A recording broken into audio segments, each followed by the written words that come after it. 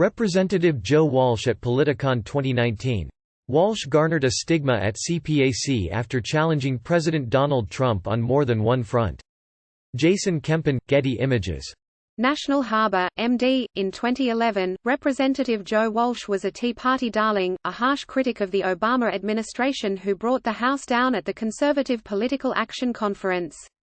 In 2020, he was at CPAC again, but as a guest of The Daily Show with Trevor Noah, hesitantly walking through the exhibition halls with comedian Roy Wood Jr. The conservative radio host had been recognized by people who once were his friends and couldn't pretend that they didn't see him.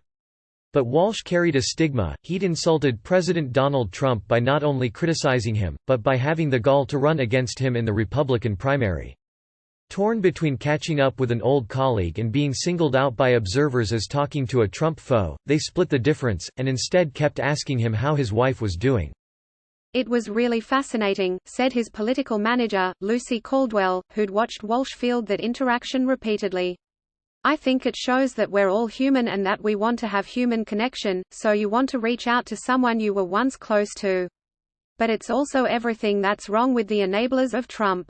Former CPAC attendees said in interviews that they shared similar sentiments, and that they barely recognized their beloved conference anymore.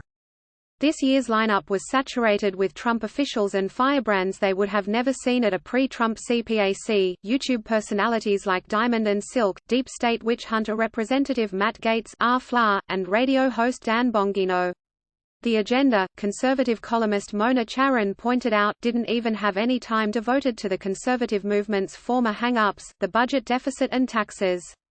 And 2 years after Sharon had been booed at CPAC for criticizing Trump, the appetite for intra-party ideological disagreement, a former hallmark of the conference, they said, has drastically plummeted. This was the year, after all, that Matt Schlapp dramatically banned Mitt Romney from the conference after he voted with Democrats to allow witnesses at Trump's impeachment trial, even claiming that he worried for Romney's physical safety should he even step into the venue, and youth activist Charlie Kirk encouraged the crowd to boo whenever they ever heard Romney's name again. The environment that's been created now is so hostile to anyone that has a different view. And particularly those of us who have taken principled stands against Donald Trump as conservatives, said Tara Setmayer, a Republican communications director on Capitol Hill in the pre-Trump era. Setmayer said she attended 15 CPACs, starting when she was a college student in 1993, and stopped after 2015. And in the age of Trump, going now was out of the question. "I don't think I would feel safe going to speak, or even walking through CPAC given my position against stuff." With a speaker lineup stacked with cabinet members, campaign officials, and Trump progeny, not to mention their spouses, it was clear that Trump was the center of the conference, keeping everyone in his orbit with the pull of anti-socialism. Even the American Conservative Union, the group that organizes the event every year, was not separate. The wife of the organizer, Mercedes Schlapp, was a White House official until she left last year for the Trump 2020 campaign. Movement conservatives saw themselves as being separate from the administration, recalled Matt Lewis, a columnist at the Daily Beast who was, at one point, honored as CPAC's Blogger of the Year in 2010. "Part of our job was to hold them accountable and to cheer them when they did well, boo them when they did bad. And now I think there's a sense that they're really one and the same. The conservative movement is the Republican Party, is CPAC, is Donald Trump." A former CPAC organizer admitted that this symbiosis with the White House was a likely draw for attendees. "I can't imagine that it hasn't garnered attendees that may have attended before and never got to experience a sitting president and first family, as well as a sitting VP and almost every cabinet secretary representative or cabinet-level official," said this organizer. Admittedly, CPAC's exiles now have other options to network with their political ilk. This weekend alone, 2 other conservative groups are holding events in Washington in direct competition with CPAC.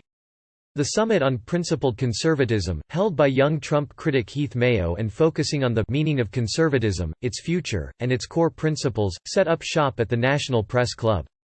"I wanted to be with like-minded people that like good, thoughtful, deep discussion about what future is for conservatism," said University of Virginia doctoral student Alex Welch, who had attended CPAC from 2011 through 2013. "It went the other way as well.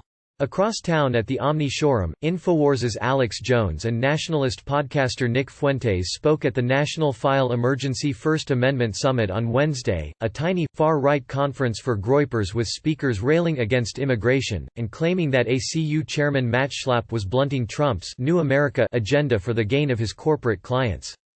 But for an event that's nearly 50 years old and has a keystone place in the history of the modern conservative movement, Ronald Reagan first spoke of his shining city upon a hill at the very first CPAC in 1974. Watching the conference become one and the same with the Trump administration has been nothing short of depressing for Trump critics.